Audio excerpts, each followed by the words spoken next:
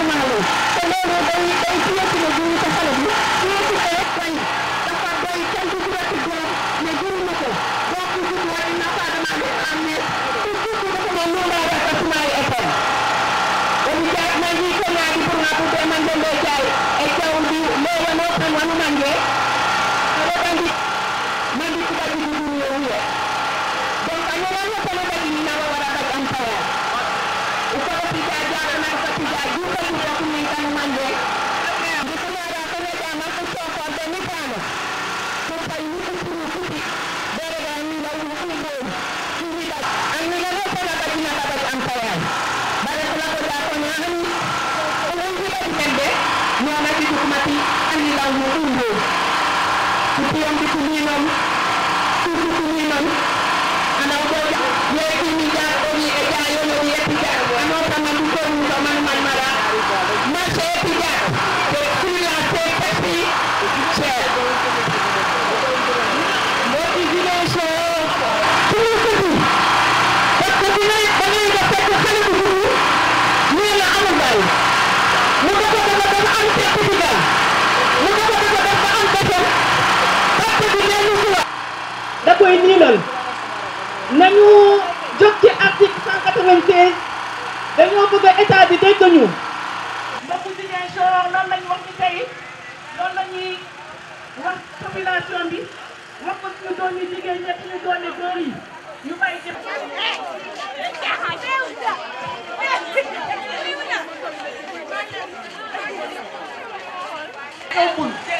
ci yow ci doy ka ñëwul fo wato min ñaat yaalo ko saanji ni do de abena faale ni ba kala be diari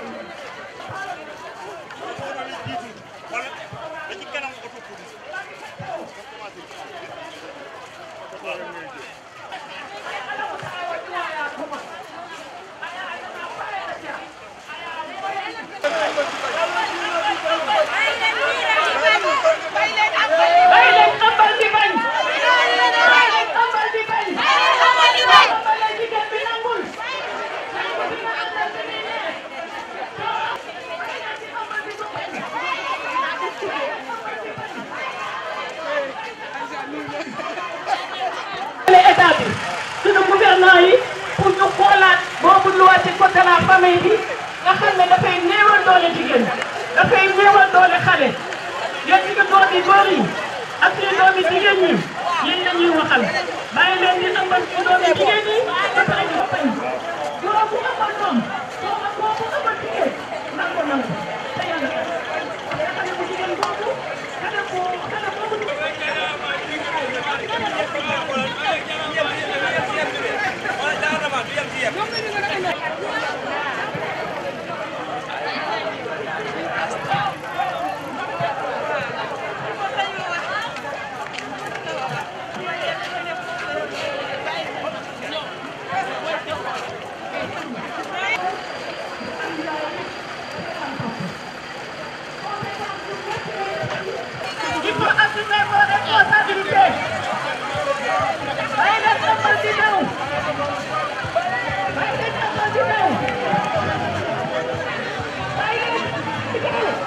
Nyata wole na pat le mana mang meno ani la wo ñu ko jaw ku jeetu mo mairie be ka déclaré wo ko ne man te ku kano ka sa na no mo man ñi la ko man fay te ku ke na ne leto est ce que yow ma le gen donc ni koy so jaat be te lobu ma digi man legi man donc ma di bu ëmbal jigéen mu bañ ko dootuñu ko nangooti dootuñu ko nangooti bu mu amati dans sa responsabilité bu ëmbal nangu ko doo dafay am ba beneen ëmbal di bañ beneen ëmbal di daw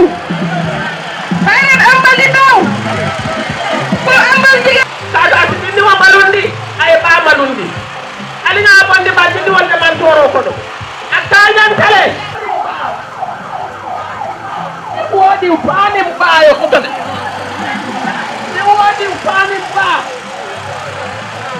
ne woodi ye paasotole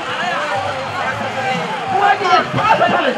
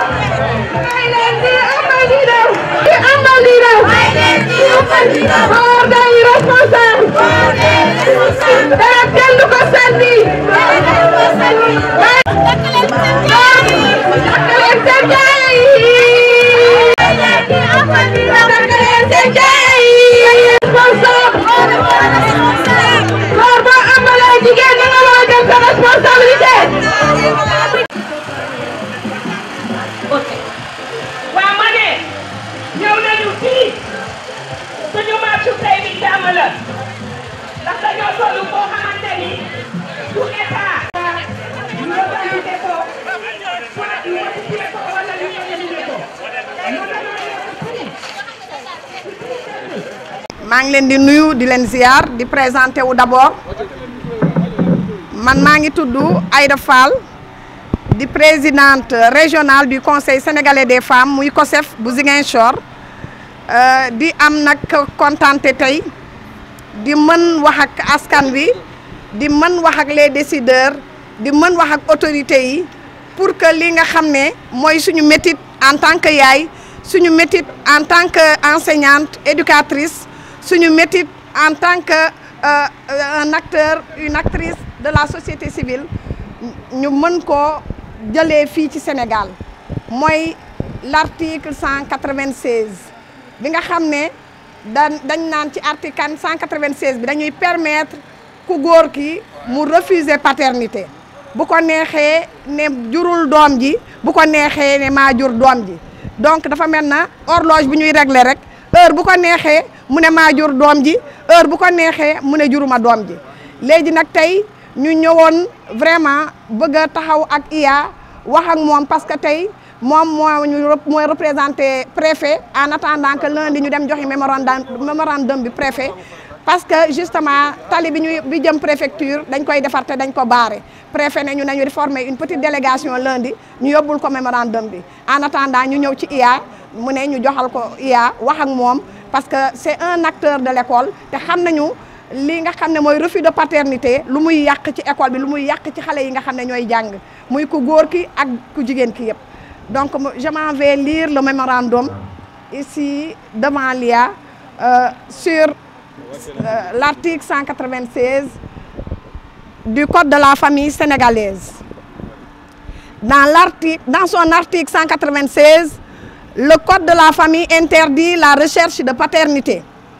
L'établissement de la filiation paternelle est interdit à tout enfant qui n'est pas présumé issu du mariage de sa mère ou n'a pas été volontairement reconnu par son père, exception faite des cas prévus par l'article 211. Pour le Comité sénégalais des femmes, COSEF, en partenariat avec Voix et Leadership des femmes par l'entremise et le financement d'Affaires mondiales Canada, cette disposition doit être modifiée à défaut d'être abrogée totalement. Le COSEF estime, et à juste raison, que les dispositions de cet article enfreignent les droits des femmes et de l'enfant. Et pourtant, le Sénégal a dûment ratifié toutes les conventions relatives à l'enfant, interdisant toute forme de discrimination. La Charte africaine des droits et du bien-être de l'enfant en est une parfaite illustration. Mais jusqu'à présent, l'enfant qui est né hors mariage n'a pas le droit de chercher son père. Aucun juge ou aucune législation ne peut contraindre un homme à reconnaître son enfant dont la mère n'est pas son épouse. Aujourd'hui, les femmes veulent en finir avec la promotion du refus volontaire de paternité. Il est urgent de reconnaître que les droits des filles et des femmes sont bafoués par des hommes dans des circonstances parfois inacceptables. Ainsi, le Conseil sénégalais des femmes, en collaboration avec les associations de femmes de Ziguinchor, dont Ziguinchor Randonnée Club, le spécial olympique, les anciens combattants, la communauté éducative représentée par l'IA ici, et la société civile, INEFJA, qui nous accompagne, vous avez entendu le bel hymne, et toute la société civile, je disais, toute la communauté pense que la solution pour mettre fin au refus de paternité repose sur la refonte juridique, notamment du Code de la famille. Le COSEF plaide pour l'abrogation de l'article 196 afin d'harmoniser avec la charte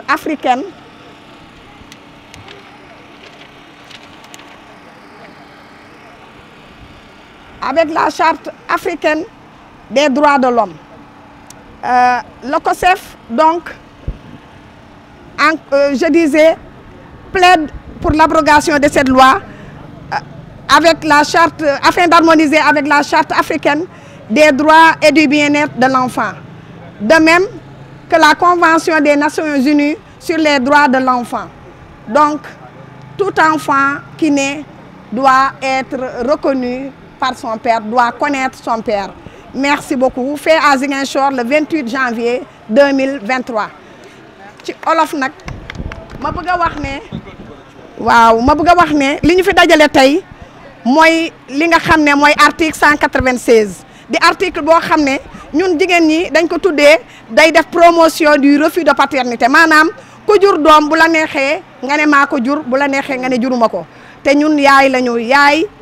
day mënul seetaan lu bon ci njabootam yaay mënul seetaan ñuy métital doomam bu jigéen ndax moo jur ku jigéen ki jur ku góor ki ak kuy métital ku jigéen ki kan la ku góor ki donc ñun ndey ju seex lañu moo tax tey ñu ne il faut que ça s'arrête ñu ne stop donc à la promotion du refus de paternité doom bu juddoo ni muy amee ndey noonu la waree am baay doom yëpp tey jii bu ñu amee ndey am baay dañuy épanouir comme il faut donc gis ngeen ko ci suñu slogan yi nga xam ne moom la ñu joxe chaque enfant doit connaître son père ñun tey looloo ñu tax a jóg te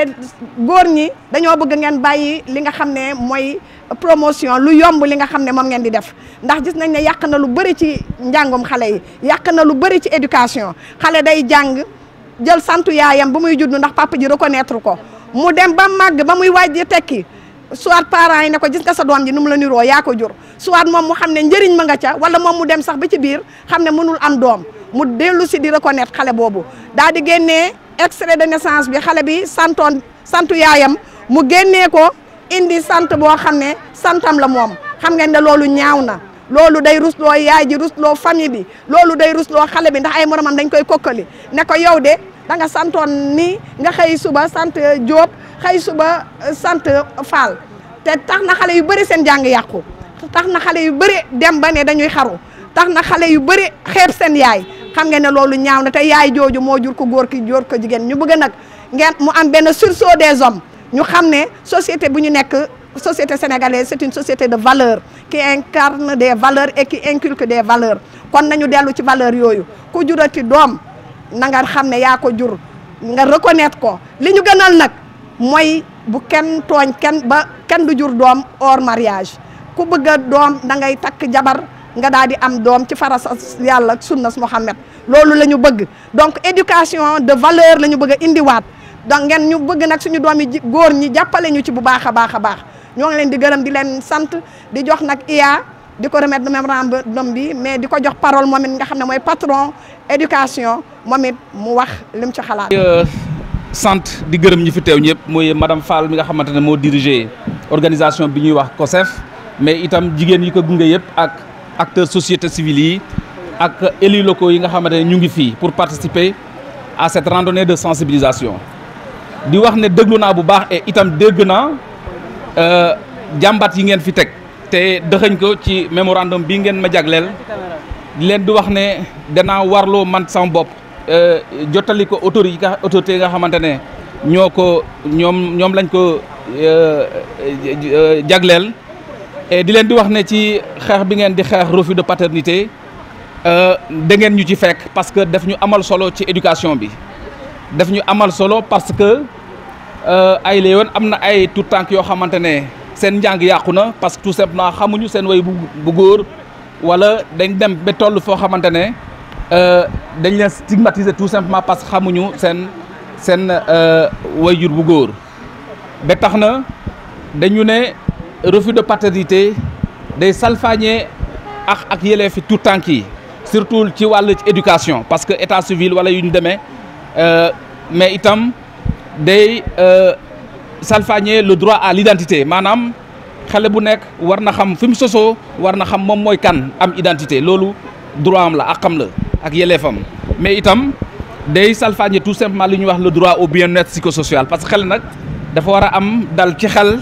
itam pour mun a jàng bu baax ba tax na ñu ngi jaajëfal organisateurs yi di leen di wax ne ci combat boobu noonu danañ ci taxawaay bi bu war ñun en tant que autorité éducative pour que ensemble ñu mun a xeex pour que refus de paternité vraiment jóge fi jërë ngeen jëf. Mémorandum sur l'article sur l'article 196 du Code de la famille au Sénégal. Cas du COSEF de Zig. Contexte et justification.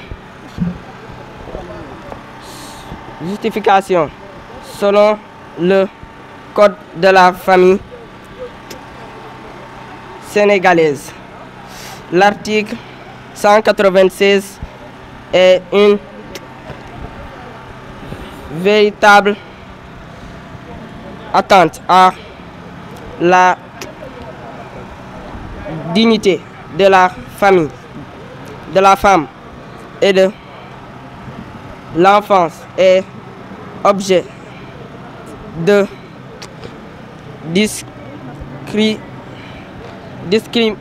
discrimination contre les droits de la femme et de l'enfant. Notre objectif est de poser les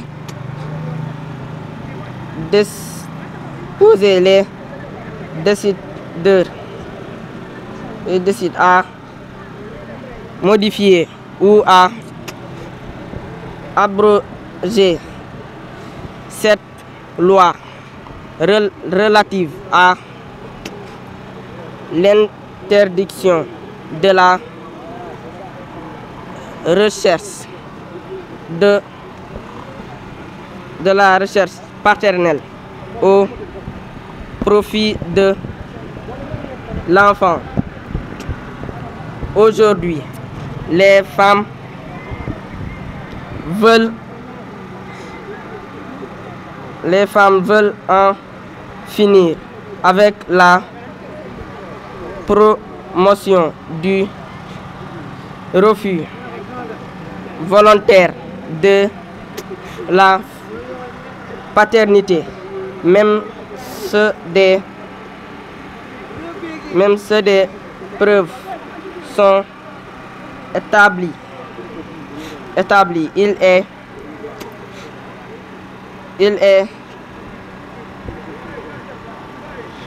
Il est urgent de reconnaître que les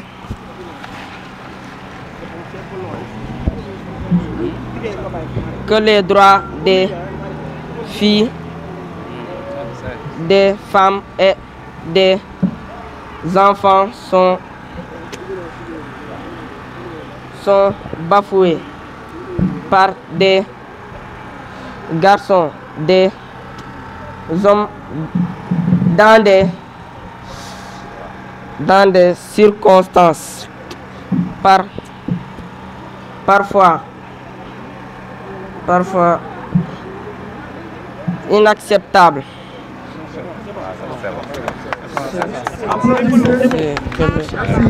Aujourd'hui, vraiment, je suis heureuse d'être là, devant vous, les porteurs de voix, les journalistes que vous êtes, pour que nous puissions ensemble vraiment faire le plaidoyer pour changer, modifier ou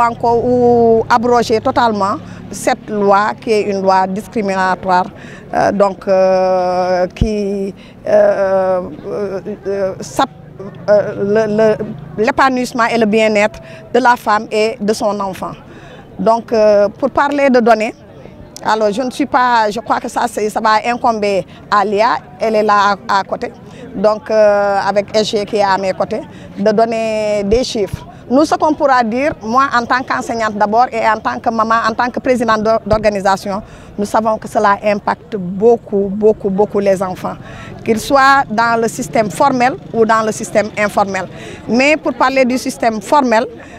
beaucoup reste à faire encore pour que vraiment la stigmatisation d'abord cesse. Parce que nous avons vu que même les enseignants ont besoin d'être formés à ce niveau. À l'école, parfois, les surveillants peuvent demander ouvertement à un enfant est-ce que tu as un bon extrait parce que je ne vois pas le nom de ton papa. Automatiquement, vous voyez ce que cela peut faire par rapport à ses camarades. Cet enfant, on vient de lui dire devant tous ses camarades qu'il n'a pas de père. Et personne ne naît sans père. Personne ne naît sans père. Donc voilà pourquoi nous avons dit, aussi bien à l'école que dans la communauté, tout le monde doit être sensibilisé. Sensibilisé pour être conscient que tout enfant qui naît doit connaître son père. Et je crois qu'en bon musulman que nous sommes, en bon chrétien que nous sommes, que nous avons eu des valeurs traditionnelles qu'on nous a inculquées, aussi bien sur le plan religieux, culturel et sociétal. Je crois qu'aujourd'hui, cela nous interpelle tous. Et cela interpelle davantage les mamans que nous sommes parce que c'est nous qui avons enfanté aussi bien les garçons que les filles. Donc nous voulons que cela cesse. Nous voulons dire stop à la promotion du refus de paternité. Puisque l'homme a le droit, quand il le sent, quand il le veut, de dire que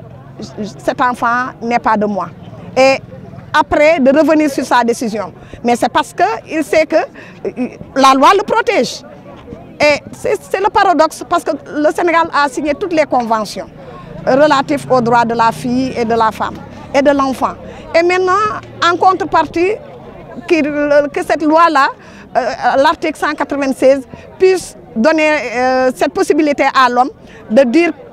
oui ou non, je suis le papa de l'enfant, sans pour autant qu'il n'y ait je dirais, un instrument juridique ou bien qu'il ne soit pas inquiété nullement par la justice. Je crois que c'est ce que nous appelons la promotion du refus de paternité. Ce n'est pas normal. Voilà. Nous sommes d'abord au niveau communautaire parce que nous savons que le code de la famille, c'est un code qui intègre toutes les couches de la société. Et qui dit couche de la société dit religieux. Et nous savons que la religion condamne les actes hors mariage. Et cela, nous sommes d'accord avec ce que dit la religion. Parce que nous sommes pour une bonne société, une société de valeurs. Mais pendant que nous condamnons, la société condamne, ou bien la religion condamne la fille, le garçon tranquillement, par cette dénégation, peut être reconnu blanc comme neige. C'est comme si lui, il n'avait pas fauté. C'est ce qui n'est pas normal. C'est ce qui fait que aujourd'hui, nous voulons que cette loi, qu'il soit encore, et heureusement que nous avons avec nous les juristes, et l'AJS a été depuis très longtemps un partenaire excusez-moi, du COSEF, du Conseil sénégalais des femmes, avant la parité, pendant la parité, après la parité. Nous avons travaillé vraiment avec la JS et aujourd'hui aussi que nous sommes dans le plaidoyer pour que 2 articles soient modifiés dans le Code de la famille, notamment l'article 111 sur l'âge du mariage, le relèvement de l'âge du mariage de la fille de 16 à 18 ans, parce que nous voulons que les filles aussi réussissent à l'école. À 16 ans, elles ne sont pas encore matures et elles doivent réussir. Donc pourquoi le garçon a le droit de se marier à 18 ans et la fille à 16 ans, alors qu'ils ont les mêmes droits et on les a mis à l'école pour leur donner la même chance de réussir. Et à côté, nous avons l'article 196 sur le refus de paternité. Et là, nous voulons que là aussi, les parlementaires, parce que nous sommes au niveau déjà communautaire, et nous allons porter le plaidoyer ensemble à travers des synergies au niveau national. Et qui dit niveau national, aujourd'hui nous avons des élus qui sont là avec nous, qui nous accompagnent, les adjoints au maire de Ziguinchor, nous avons 2 adjoints au maire, 3, nous avons des adjoints au maire aussi issus du département d'Adéane, etc. Donc peut-être que l'honorable député aujourd'hui nous a dit que elle a eu un empêchement vraiment de dernière minute, ce qui a fait qu'elle n'est pas là. Mais je suis sûre qu'elle a bien entendu puisqu'elle a les TDR et qu'elle portera notre voix au niveau de l'hémicycle, au niveau de l'Assemblée nationale, parce que c'est à l'Assemblée où tout se joue. Et nous irons vers eux. Il y avait déjà un comité national qu'on avait mis sur pied depuis des années. Et les associations de femmes et la JSIT, mais cela dort dans les tiroirs. Toutes les recommandations qu'on avait faites avec le ministère, les ministères de la justice, de la femme, etc., n'ont pas été prises en compte. Et nous sommes avec le partenaire Voix et Leadership des femmes, par l'entremise d'affaires mondiales Canada, donc le VLF, nous sommes en train de remuer, de dépoussiérer ce comité-là, de le remettre sur les rails, parce que depuis plus de 2 ans, nous sommes sur ce plaidoyer et nous voulons que cela puisse être porté par nos élus, par nos députés, donc nos honorables députés à l'Assemblée nationale, pour que cette loi puisse changer, pour que le garçon puisse savoir que la fille aura les moyens de lui faire reconnaître la paternité de son enfant, parce qu'il y a des tests d'ADN qui sont mis en place pour cela. Tey li ñu fi réunir nag moom dafa fekk le Conseil sénégalais des femmes nekk en partenariat avec Voix et Leadership des femmes, VLF, financé par Affaires mondiales Canada. mu ñuy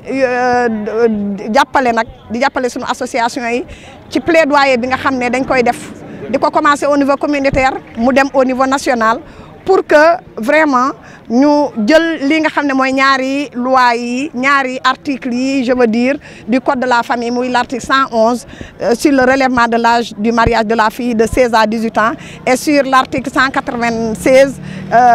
qui prône le refus de la paternité, pour que décideurs yi muy élus yi jëlal ñu koy Assemblée nationale ba nga xam ne dinañu protéger doom ji nga xam ne moo juddu, doom joo xam ne amagul bàkkaar juddu ñu privé que li nga xam ne moo gën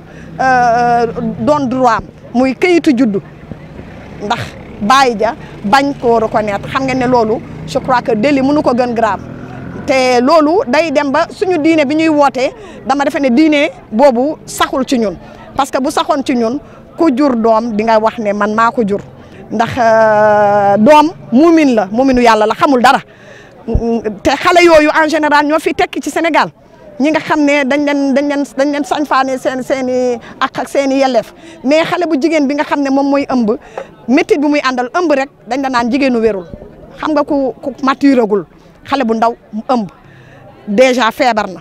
ñu tegaat ko naqar boo xam ne rus na ci kanamu ay waajuram, rus na ci kanamu ay moromam ci communauté famille bi. Jàngam mën ci yàqu, yaayam ñu mun ko ci fase sax des fois, moom ñu mun ko génnee ci kër gi, xale bu góor bi dellu siwaat encore ne ko du man. Te loolu damay wax ne jigéen ñi aussi dañ ci am rôle bu ñuy joué, ndax bu ki ñu tooñ bu ñëwee ne la dañoo tooñ sama doom, mu ñëw ba ci kër ga da ngay woo sa doom, waroo ko woo, da nga ko ne ba demal dinaa waxtaan ak sama doom. Mais soo woowee xale bi góor bi ci saasi, muy paa bi koo ci munti woo ci saasi ne ko kii nee na yaa ëmbal sunu doom, lu mu lay wax du man, parce que dafay ragal, parce que rus na, parce que betteel la ci moom, ndax gisuloon ne da ngeen di ñëw. Kon loolu defe naa ne ñun jigéen ñi dañ ci am rôle bu mbag bu ñuy joué di waxtaan ak suñu njaboot buñ ñu nee suñu doom bu góor dafa tooñ suñu doom bu jigéen nañ leen ne baax na dinañu waxtaan ak moom won ko ne nag yow boo amuloon affaire ak moom du la ci tudd kon bu la nee yow la ñun yaay yi dama wax ne loolu plaidoyer bi ci ñun lay commencé ñëw nag ci nga xam ne suñu doom yi nga xam ne ñoo jur ñu jigéen ñi jur ñu góor ñi ñun jallaxuñu kenn kon yéen it bu leen jallax kenn doom ji ngeen jur bu leen ko jallax doom la bakkan la te kooku suba boo moytul moo leen di yor moo leen di teral loolu dafa doon loo xam ne ñun dafay daw suñu yaram bu amee ñu bëgg nag appeler vraiment yéen ñëpp muy góor di jigéen ngeen delloo si waat xel yi te xam ne doom ji dafa bëgg am baay dafa bëgg am te gis ngeen image yi ñu prôné déjà doom nu mu neexee bu ko papam yoree doom alalu yàlla la kon dañ leen di ñaan rek ngeen am yërmande boobu ci jigéen ni seen yaay yi ñun yaay yi nuñ leen yërëmee bi ngeen di xale bi ngeen xëy tekki yërëm leen doom yu jigéen yi te xam ne ku bëgg sa yaay rek da ngay yërëm képp kuy jigéen da ngay sopp képp kuy jigéen et je crois que plaidoyer boobu la ñuy def ñu bëgg nag ñi nga xam ne ñoo nekk ci justice ñi nga xam ne ñoo nekk ci assemblée nationale ñi nga xam ne ñoo nekk nos décideurs ak nos autorités tey ñëw nañ ci IA lundi nañ dem ci préfet ñu jël ko en charge ba loi bi mën changer au profit au bénéfice de l'enfant lépp au bénéfice de l'enfant te loolu góor ñi duñ ko bañ. maa ngi tudd Atou Souare Bodian représentante de l'adjointe au maire chargée des organisations féminines ci marche bi nga xamante ne waa COSEF amal nañ ko tey marche bi nga xamante ne marche bu baax la bi nga xamante ne pour lutter contre le refus de paternité te ñun tey en tant que élus locaux maanaam la mairie am na ci wàllam parce que état civil la ñu wax maanaam dañuy bañ paternité bi ba pare xale bi du am extrait du am loolu ba du am identité léegi parfois dañuy gis les élus tamit dañuy jouer un rôle dañuy gis yaay ji day ñëw di déclarer doom ji ñu ne ko ana papa ji ñu ne ko papa ji bañ na ñu jël numéro am woo ko di def ay genre jéego ba ku góor ki ñëw reconnaître ñu xale bi am kayit loolu moo tax ñun tey suñu présence tey fii ci marché bi nekk lu am solo léegi may lancer appel góor yi nga xamante ne dañuy refuser di accepter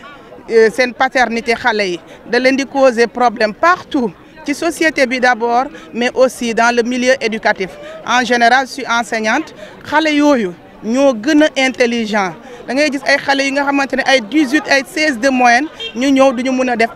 examen lu tax parce que amuñu extrait amuñu loolu moo tax ñu bëgg loolu mu dagg wala état bi revoir la loi 196 wala mu dindi ko ba kenn ku ne ci société bi nga am ci baat nga am ci kaddu nga xamante ne kenn du la stigmatiser ci société bi loolu moo waral tey suñu ñaxtu bi ba joxe mémorandum l'IA de Ziguinchor mais aussi au préfet may jox kaddu bi la représentante de la boutique de droit mu wax ci. Madame Coly, coordonnatrice de la boutique de droit de l'association des juristes sénégalaises donc tey sama taxawaay fii association des juristes sénégalaises laa fi teewal di indi sama partition ci li nga xamante ne moom mooy marche bi ñu def tey ñu ne lu waral marche bi ñu ne dañuy xeex pour lépp li nga xamante ne tey la ëmbal la bañ jur doom bañ ne juróo ko donc refus de paternité boobu moom lañ bëgg mu dañ Sénégal di leen wax ne que AJS yàgg na cee def ay jéego depuis 2005 ñu ngi liggéey ci mbir mi di def li nga xamante ne moom mooy toilettage différents articles différentes lois yi nga xamante ne am na ay dispositions yi discriminatoires ñu mën ko dindi bu ko defee ñu mën a respecter ak yelleefu jigéen ak yelleefu xale donc tey waa COSEF bu ñu amee taxawaay bi duñ def du leen remercier di leen jukkal parce que ñun bokkoon nañ ci comité bi nga xamante ne moom moo doon def liggéey boobu depuis 2016 mu ngi koy wax sànq ci ay waxam am na rapport bu ñu bind jëbbal ko ñi nga xamante ne moom mooy les autorités étatiques rapport yooyu nag depuis 2016 mu ngi nelaw ci biir tiroir yi donc rapport yooyu lañ bëgg a tey ñu dépoussiérer ko dem teg ko ci fi nga xamante ne moom mooy penc ndaw réew mi bu ko defee ñu mën a indi ay coppite ci code de la famille bii nit ñi jàpp ne code consensuel la mais man dama jàpp ne code discriminatoire la ndax day xeebal jigéen li nga xamante ne moom mooy akam te am na tamit ay dispositions yi xeebal xale li nga xamante ne moom mooy akam donc ñuy jaajëfal bu baax a baax waa COSEF ak ñi nga xamante ne ñoom lañ àndal ci xeex bi nga xamante ne moom la ñu nekk di mëne pour ñu mën a indi ay coppite ci loi yi nga xamante ne day salfaañe ak yelleefu jigéen ak yelleefu xale mooy notamment l'IA ñooñu mën nañu def point mais man li ma leen mën a jox comme situation moom mooy cas yi nga xamante ne dama koy recevoir directement sama boutique le 17 bi passé rek recevoir naa benn cas bi nga xamante ne refus de paternité ku góor ki daf ko ëmbal ku jigéen ki ba pare mu bañ ne du moom léegi ci jéego yooyu laay nekk puisque loi bi permettre ku jigéen ki mu porter plainte loi bi permettre xale bi mu wëri baayam lu ñu mën a def moom mooy médiation donc ci médiation heure bi ma lay wax ne ci médiation boobu laa nekk ba indi ku góor ki mu nangu di dundal xale bi bu weer dee nee na mën na joxe à hauteur de 10 000 francs pour xale bi mën a dund donc maa ngi ci démarche yooyu pour mën ko convaincre tamit mu mën a dem déclarer xale bi bu ko defee xale bi mën a am li nga xamante ne moom mooy kayitu juddu bu ko defee mu mën a jouir de tous ses droits civils et politiques merci beaucoup. dafa bëri au moins bu ndawee ba ndaw chaque mois di nga jot 2 cas chaque mois au moins di nga jot 2 cas yi nga xamante ne ay problème refus de paternité la